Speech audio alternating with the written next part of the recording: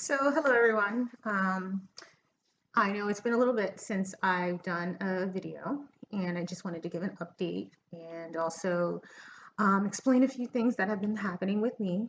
Um, First of all, for about almost 5.5 months, I was the sickest that I have ever been, and um, it was in part due to Raynaud's. So, Raynaud's is a syndrome where you have lack of oxygen and blood flow to your extremities.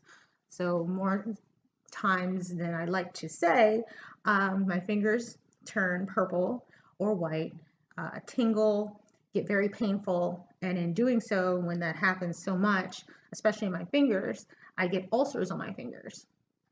So, I had an ulcer, which I normally get once a year, and it'll just be like a little dot. It'll hurt for about a month and fall out, go away.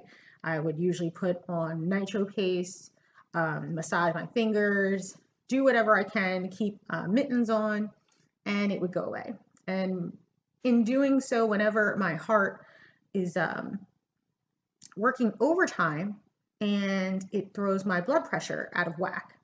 So it makes my blood pressure spike up. I even got up to, I think it was 220 over 120. And I was actually at the doctor's office when they took it, and I'm like, look, I'm fine. I know that my blood pressure is elevated. It's due to I'm having an episode right now with my fingers. And anytime that happens, my blood pressure goes from normal to you're about to have a stroke, but I'll feel fine. So the doctor sent me immediately over to the emergency room, and I just moved from New Jersey to California. So this hospital didn't have my records to know that someone such as myself who has all these autoimmune diseases should not get this type of blood pressure medication. And it's either a beta blocker or a calcium channel blocker. Beta blockers are bad. And now I know that. I will never not know that again. But I did tell the intake nurse, I have all these diseases: lupus, Raynaud's, mixed connective tissue disease, Sodden syndrome, and rheumatoid arthritis. And I guess they really didn't take that into account, and they gave me a beta blocker, and that made my body freak out even more. So this little ulcer that I had turned into something bigger. Well, long story short, um, um, I had a staph infection in that finger, and it wasn't getting any better. So it started in August. In September, I went to the hospital, and then it just kept getting worse and worse to the point where the pain wasn't just in my finger. It actually was on this index finger, which looks great, by the way, now. But before, it was green and black from here to the point that the bone was infected. And I had to get an IV put in my arm for 7 weeks and administer antibiotics every 8 hours. Now, my kids got a kick out of that because they got to play doctor and, shoot mommy up. But that wasn't fun because that's something that you have to wear. It's called a PICC line, and it was in my left arm. And if you follow me on Instagram, a lot of this stuff is really detailed on there, but I'm just trying to make sure I give you the information, just an update, an overview. And I also have a blog as well, Shamekka Marty. Shamekka.marty at wordpress.com. And I got the PICC line out on December 23rd. It was supposed to be December 27th, but I begged the doctor, please just let me get this out. Now, the most important thing about this video is when I was at the wound care center, because I started seeing a hand surgeon, a vascular surgeon, my rheumatologist, and also my cardiologist. And I was seeing all of these people at the same time, and they're all trying to combat my issue with several different things. So I was on 3 different blood pressure medications, plus taking aspirin, plus taking vitamins, and doing the IV because of the staph infection, and the antibiotics that they gave me in pill form was not working. Well, I still kept my regular regimen of drinking a whole bunch of water. I'm researching, but when I was at wound care one time, I looked over and I saw a room and I'm like, what is that? And they're like, well, that's the hyperbaric oxygen chamber. And I'm like, I remember that. Michael Jackson, he had bubbles, he used to sleep in that thing. What is it for? Well, to accelerate healing and provide oxygen to your body, to your cells, to help, as well as help with blood flow. And I'm like, well, why can't I go over there? Hello, the problem with my fingers is lack of oxygen and blood flow. Like, why do I have to even ask? Well, that's for people with really bad things. And I'm like, you guys are about to cut my finger off. You're about to amputate my finger. And if you research my disease, a lot of people get extremities cut off. Don't want to do that. So they told me I needed to get a doctor's approval. Asked my rheumatologist. Well, there isn't too much medical documentation that says that this will actually work for you. Well, I'd rather you give me this type of treatment than all of the drugs you're giving me, and I look like a cracked out whore that should be on the side of the street because you guys want me to take sleeping pills and oxycodone. No thanks. Oh, we're just trying to help you with your pain. I'm like, okay, that's great, but I'd rather get better than you guys make another problem down the line. Finally, after 2 months of me begging, my vascular surgeon and hand surgeon agreed that this would probably help me. Literally one day after treatment, the ulcer fell out. I went back to New Jersey. I had to go back for a family engagement, and it was a snowstorm. And for the first time, and I didn't even realize it, I didn't need gloves. Normally, when it's that cold and there's snow outside, I start to get in so much pain, and I'm so cold that I actually start crying because it just hurts so much. And my husband looked over at me and he's like, I didn't want to jinx it, but you haven't complained once about your fingers. And I'm like, you know what? You're right. So I started doing more and more research, and there are people that have been either, not to say cured, but their lupus and diseases put into remission. There are several studies that show that it not only helps autoimmune diseases, it also helps autism and various different things. Now, why there isn't any research or clinical trials done on this is beyond me. So when I just saw my doctor this past week and I told him about it, and he's like, no, you're good because I put you on all those medications. And I said, Doc, you put the medications in my system about 3 months ago and it wasn't working. And if you want to say that it's now working, well, it just took your body a long time. No offense, Doc, but I know that you guys like to push drugs and you're into Western medicine, but I really believe that this is working because I'm feeling better than I have in the past 5.5 years. I strongly believe that this is something that has improved a lot of the issues that I have. If you ask any lupus patient, it'll be, how are you? You don't want to say, well, there's 20 different things going on with me. I've done chemotherapy and it took away maybe 2 things.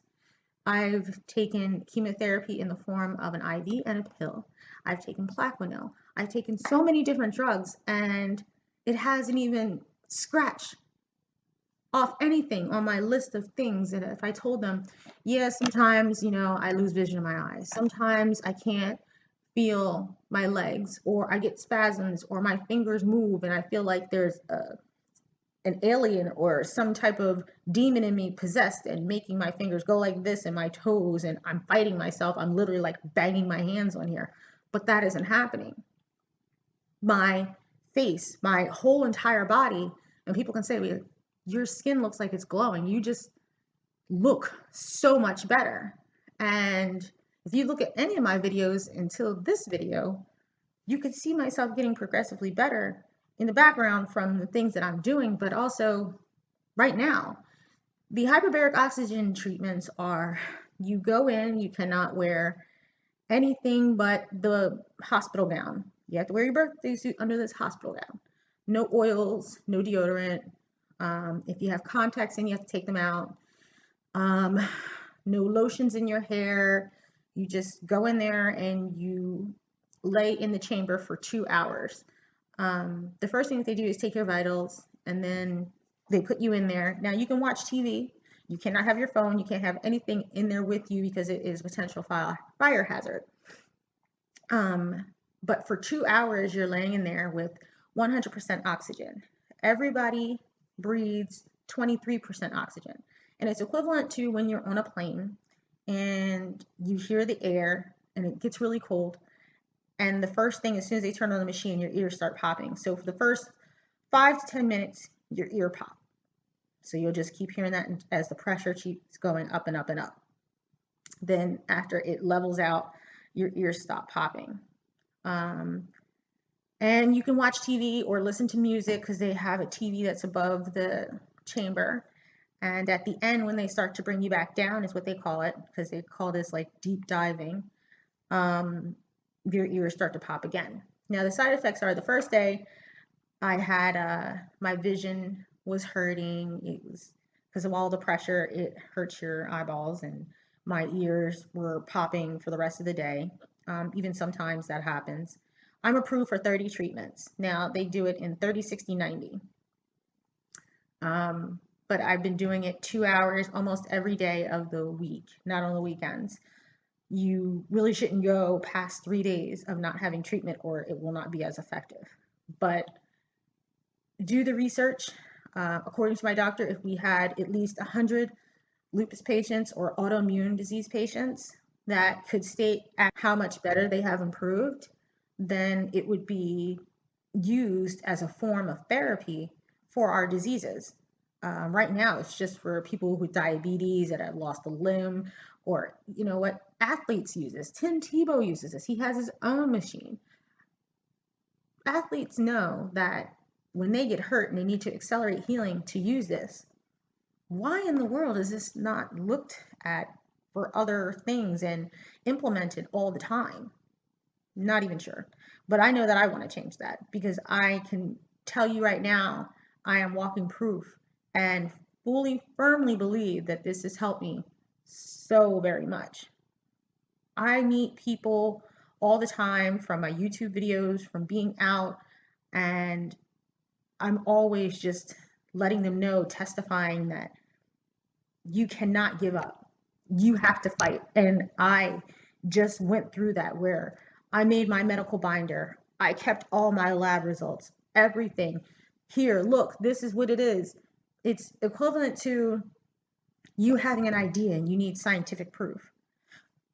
Here I am. Here's my documentation. Take me seriously. And that's what I've been doing. And there's a lot of people that I meet that don't do that. They just say, Doc, this hurts, this hurts, this hurts. Please help me. And they're there for 5 minutes and just don't give two craps about you, and push something. Here you go. Here's some drugs. Well, this is my drug. Starbucks. This is what keeps me awake most of the time, but you get the point. So yes,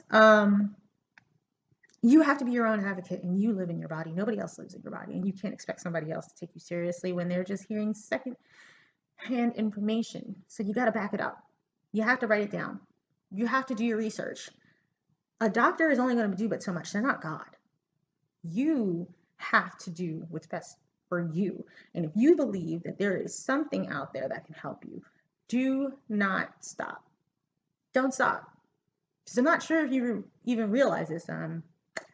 You only get one life. You don't get a do-over. And I know I lost my mother, and she did not fight. And I think the best thing that happened out of that was for me to see that example and know what not to do. I'm no different. I was born the same as you. Dumb, naked, and speechless.